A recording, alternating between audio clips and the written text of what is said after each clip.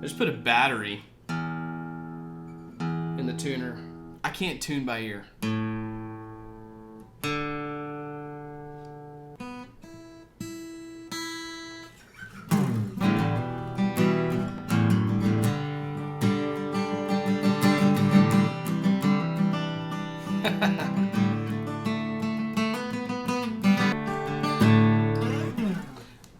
Let's get to today's video, shall we?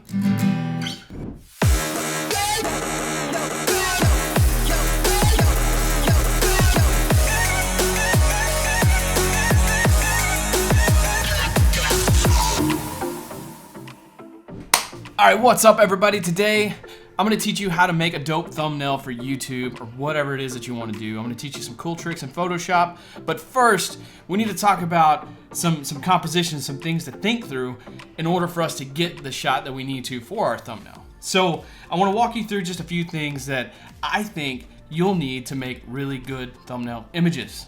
Some stuff to think through, I guess. Alright, so I don't know how many we're going to end up with, but the first one is think about the image that you need for your thumbnail as you're shooting your video. So before I started this video, I thought of the image that I want, and I've got a camera set up over here, and I'm gonna show you what I do whenever I'm taking pictures for the thumbnail. So usually what I do is I'll film a video, I'll do the whole dialogue thing, I have my mic up here, and then I'll go straight into, right before I go into production, I'll go straight into taking my picture. So most of the pictures that you see that we'll use in this thumbnail that I wanna make are ones that I've taken right after I've shot the video. So, or what you can do is if you wanna take another picture afterwards, that's fine, but something that fits the style that you want. So now it comes to the second thing. To make a dope thumbnail image for YouTube, you don't need text. They say that text tells the person what they're clicking on, and you could get into a whole algorithm thing and whether your video gets clicked or not. Some of them I like text and some of them I don't. So in my opinion, just do what you want, you know, make sure it looks cool. Some people don't use text, like Peter McKinnon, Maddie. They don't really use a whole lot of text. They let the title speak for themselves. That's what's probably most important here, is to think about the title, because once you have that thumbnail image, you can't change that. You can change the title as many times as you want, but you can't change the thumbnail image. So that's probably why I haven't asked them. That's probably why they do that. If you notice other YouTubers that use a lot of text, some of that text may not be relevant for what the video is about, which that can frustrate a lot of people. So make sure, the third point here is to make sure that your text or anything that you have on your thumbnail actually is what your video is about. If not, it's a big turnoff for others who are going to consume your content. So with that, I think that's all I want to talk about. I'm pretty sure I'll show you more or display more of the thought process as I get into editing the thumbnail. Now bear in mind, I have not taken the picture at this point. I'm gonna do this with you right here, and then I'm gonna turn this off so I can film what I need to film, take the picture. All right, so something that I totally forgot about, and before we switch over to that other camera, I wanna share with you one thing that I thought through on this particular thumbnail. So this particular thumbnail, I wanna hold my phone up so we can do some separation behind the phone, and I can have a YouTube thumbnail up here on the screen for you. And I want this in focus, I want me a little blurred out, and I wanna create a separation where I can have some text right here, or maybe right behind me. So I'm thinking about the composition, and to get the shot that I want to show you, we need to have a green screen or something that I can easily cut this out, because I have my phone case, it's got all sorts of apps, notifications popping up. So I went and Googled a green screen background, and I found this. So what we'll do is I'll just increase the size of this green screen background, and then I locked the rotating icon here. If you don't lock that, when you turn it, it's just gonna do this little turny thing. So definitely wanna make sure that you lock your screen, and then now you've got a green screen. And what's cool is what we'll be able to do is I'll be able to hold this out in front, and in Photoshop, I'll be able to quickly make a grab of this green area here and replace it with whatever I want. So that's actually kind of a cool little trick. Whatever you do as you're filming or as you're taking your picture, the rule is that you want to make sure that you're setting yourself up for success, and you're not really making things any harder on you than it has to be. Like, you can Photoshop something, and you can spend a lot of hours Photoshopping. I don't even know what analogy to use here, but you can spend a ton of time Photoshopping. This is gonna make it a whole lot easier for us to just make a quick wand selection and then boom, mask it out, put our YouTube, whatever we want in there, and roll with it. I'm switching to this camera so I can get the pictures with this one. After I get done with pictures, you'll be back here. So all I'm doing here is I'm setting up the timer, and this is what I do pretty much every time I want to do something. So I'm gonna hold the phone out just a little bit off to the side, maybe give it a little angle. I might do something cool like this and be like, make dope images, whatever the case may be. Let's see if I can. I want it to focus on this guy, so I'm gonna set my focal point. All right, so I'm just gonna go with it. That's kind of the thing here. We wanna make sure to watch the reflections as we're doing this. I think that's gonna work the best. So 3, 2, 1. We're back. You're back here. Now we're gonna get to editing. All right, so I inserted the memory card. I'm just gonna go over to the images that we took, segment them out to today. Looks like we have one's in focus at least. We're good. So I copy all these, go to my photos, paste them there. Then I go over to Lightroom, library, get ready to import. So I always go through Lightroom. Anything that I do with a camera always goes through Lightroom, no matter what. Just without fail, that's what happens. So I'm gonna get these photos. I'm gonna drag that folder in here. All right, so I already have a collection going for my YouTube. So I'm just gonna import all of those, let it do its thing. I always make sure that you do, that you build smart previews. It's good practice. So then I'll go through here and I'll just select them. So, and that one's pretty good. I'm gonna let that one ride. I'm gonna flag that one. I'll flag that one. I like that one a lot. I think I have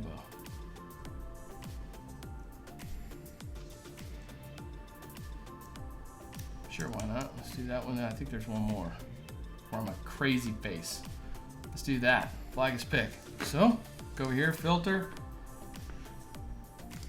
Always flag them. Or I guess I filter by the flags. I want to make sure to go through my collection. I have a certain style that I stick with on this. So as you can see, that's what I did with my lines.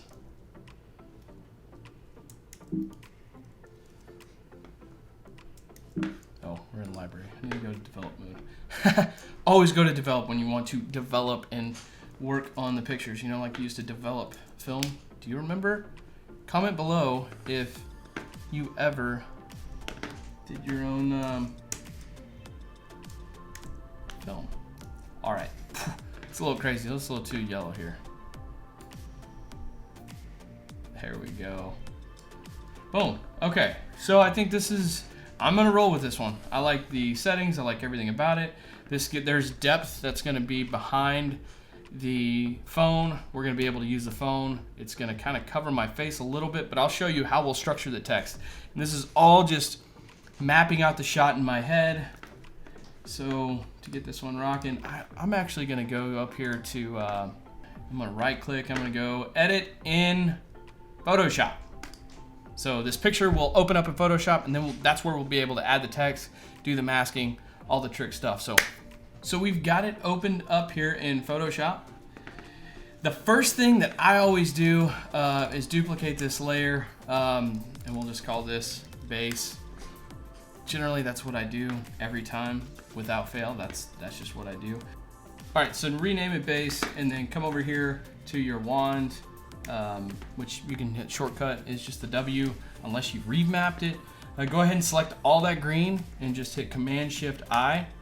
And that's going to inverse the selection, and then hit the mask down here at the bottom. That creates a mask, and then boom, you do not have anything there in the screen. So that's where this is cool. So we've got that separated. Now let's go. So this video is going to be how to make a dope thumbnail. So I'm just going to go with dope thumbnails. Well, I'm just going to do dope, and then I'll show you how. Then we'll make that way. So just dope. This is like the super easy way. Select a font. That's what we're gonna select here.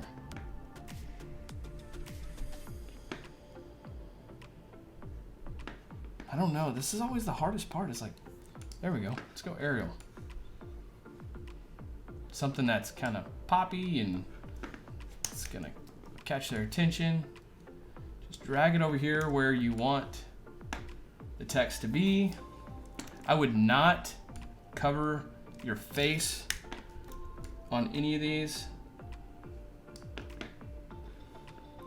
Okay, so you can do this multiple ways. This is the quickest way, at least for me. Your workflow may be different, but it's the way that I work best. So I set the opacity to 50% just so I can see, and I'm gonna add a layer mask on here, and then I'm gonna zoom in to, basically I'm going to paint with black on this mask. So I need to inverse, I need to paint with black on this mask, and that's going to hide anything that I want. So just by doing that. So I'm gonna go here, got my brush selected, I'm gonna increase the size, I'm gonna bring the hardness down just a little bit, and basically just paint out where I don't want. This just takes a lot of practice to be able to do this freehand. So I'm gonna paint, I'm gonna zoom in just a little bit more. I'm hitting Option, I've got my magic mouse, hit Option and you slide it to the right. You can do that with a trackpad. Shift. You can make a straight line with the eraser or brush tool just by clicking on one point, shift clicking and going to the next.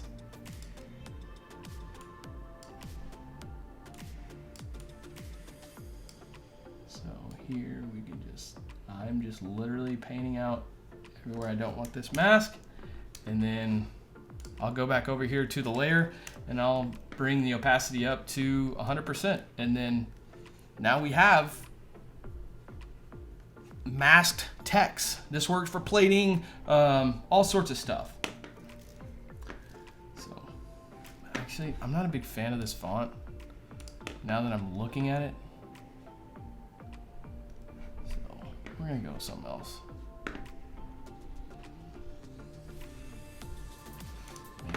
Maybe this is the right font, just, yeah, that'll work. I'll go Avenir. Go back here to the mask. You see there's a little bit of spots here that did not make it true. I'm just gonna hide it basically. Boom, there you have it. And if you wanted to add a shadow, we can see the finger over here. So if you need to, you can paint around it just a little bit to give yourself some space, and then inverse your brush so you can paint white on the mask. That works just as well. And it kind of gives it this, I don't know, cool like 3D type look or some drop shadow look. I don't know, something like that. So we want dope thumbnails. So I'm going to see, Command J, duplicate that, delete this layer mask, and then I'm gonna bring this down to dope. Just gonna go thumbnails. Make sure you spell it right, because I've definitely almost posted something that was not spelled correctly. So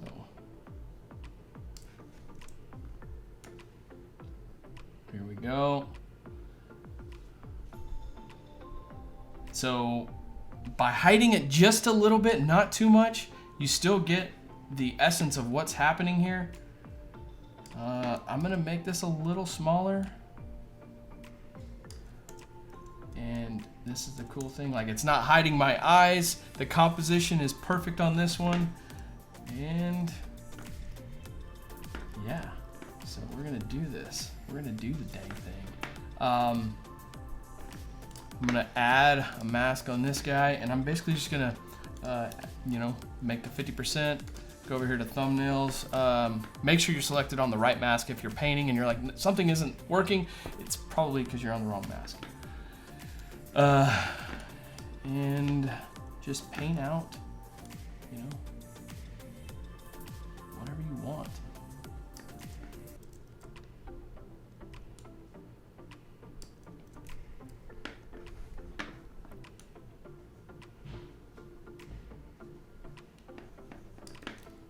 And like I said, if you have like a straight line or a somewhat straight line, just click on one area and then hold down the shift and click again, and that creates a path from that point to that point, to the point you just selected. So that really works a lot of times whenever you're doing this type of stuff. So, boom. Make the opacity 100%, and you have dope thumbnail. So let's go ahead and hide this T. You'll get the hang of it. So I wanted to hide or be able to mask in something on this one. So I wanted to put one of my dopest thumbnails in there. And I feel like one of the coolest thumbnails that's come from this whole thing is, we'll see a fan photo Friday where I did the, this one. Here we go. I did the flat lay photography. I'm just gonna drag that image in here, and we're going to mask it in the phone. So this is a cool technique that you can use, and it's basically you're gonna hide something within this mask. That way it won't go around the area that you want it to. So I'm going to turn that mask off for right now. I'm gonna select the mask from this base theme here, Command Shift I. That way we're only selecting the phone part, and I'm going to, you can do this one or two ways. I'm just gonna do a solid color. That way you can just be black, hit OK. Call this the inside phone. Put that underneath here, and then turn this layer on. And if you option, so look at my mouse. If you hit option in between the two layers, if you hit option and then you click in between those two layers, it's going to add that layer, and it's gonna clip it to whatever it is below, whatever shape it is. If it's text, you can do this anywhere. You can actually do this with text, and you can clip this to just the text. So you see the food down here behind the text. It's a really cool technique, but we're gonna do it on the phone for right now. We're gonna clip it to that layer, and then all of a sudden, make sure that you set the perspective on this. I'm just gonna go flat lay, photography. This is gonna be very, very simple.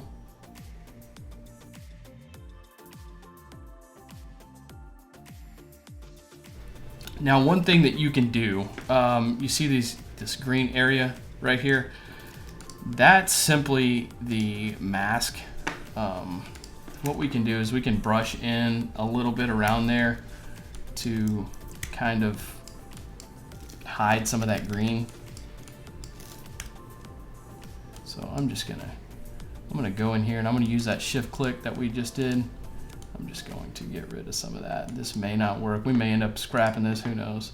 We'll try to recover from it. Basically, all that is the green coming through on the edge, and that's just gonna happen. So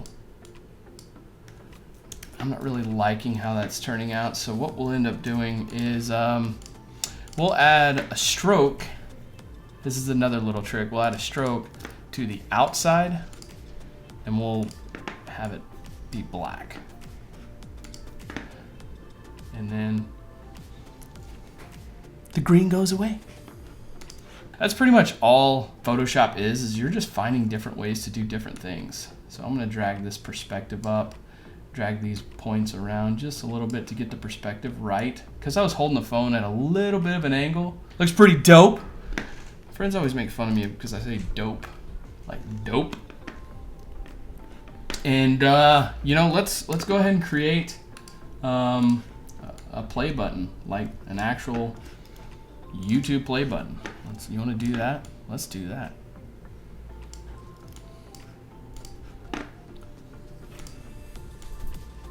Need to get some rounded corners here, and then we want this to take the same perspective, so I'm just gonna skew it just a little bit. The whole idea is that whenever people see this, you're holding a phone and then there's this YouTube play button, they'll get it almost immediately. So I'm gonna go make a triangle, use a polygon tool, and gonna go number of sides 3. Yeah, let's try that. It's all right. I'm gonna skew that just a little bit into a play button, and let's make that be white. Let's center it. I'm gonna command click on that layer, which is selecting that the rectangle that we just made, and I'm gonna use my centering of the polygon by selecting that layer, and then going up here to centering between the selection. And all that's doing is you can hit Command A and that'll make the entire selection, but all this alignment's doing is it's aligning it to your selection.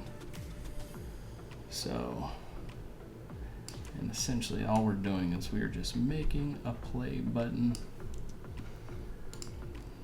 Which, come in here, it's easy to get nitpicky.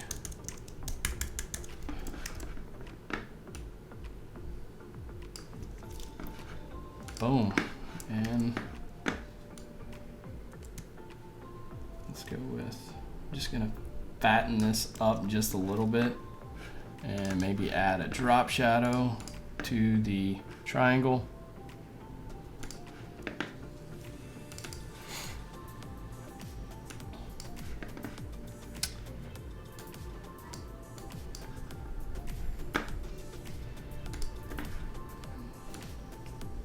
Increase it just a little bit. Maybe we'll make an inner shadow rather than a drop shadow. Boom. Kind of like that. Maybe put the distance up just a little bit. We'll take the opacity down just a little bit in the button. Give it a drop shadow.